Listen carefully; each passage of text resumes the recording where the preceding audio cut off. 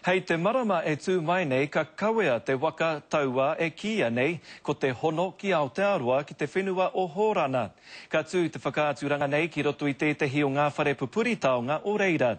I mauake ia Joe Glenn ētahi o te tira haere e whakatika ana i a rātou anō i te rangi nei. Kei roto i ngā ringaringa o e nei tokorua te mahi ki te hono i te whakairo Māori ki te iwi o Hōrana. Te huarahi e whai nei mātou, kai nei te kaupapa o te waka. Hei tāpiri atu ki tērā, kai te whakatuwhera hia, tētahi whakaaturana e kia nei ko mana Māori, kai reira katoa, wā tātou ngā taona.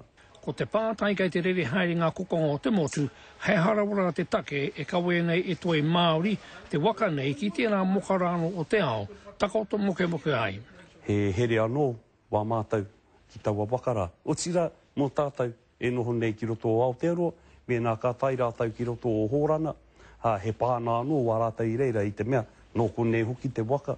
Ko te marama o pipiri kua mahui ake nei i whakaterehi ai a te hono ki Aotearoa, hei taonga pupuri te Māori me te mana o te haukāinga ki te whenua o Hōrana. Te mea pai ki au, i te mea hoki, ko tātai tunu, kai te arahina i tēnei kaupapa, nā runei nā tikana Māori, o tira nā runei te whakaaro Māori. Hei te tekau mā waru o ngā rā o Oketopa, ka tāpai e te wakatoi a te hono ki Aotearoa ki te whare taonga o Hōrana. Ka noho ki reira, mua ke tonu atu. Joe Glenn, te karere.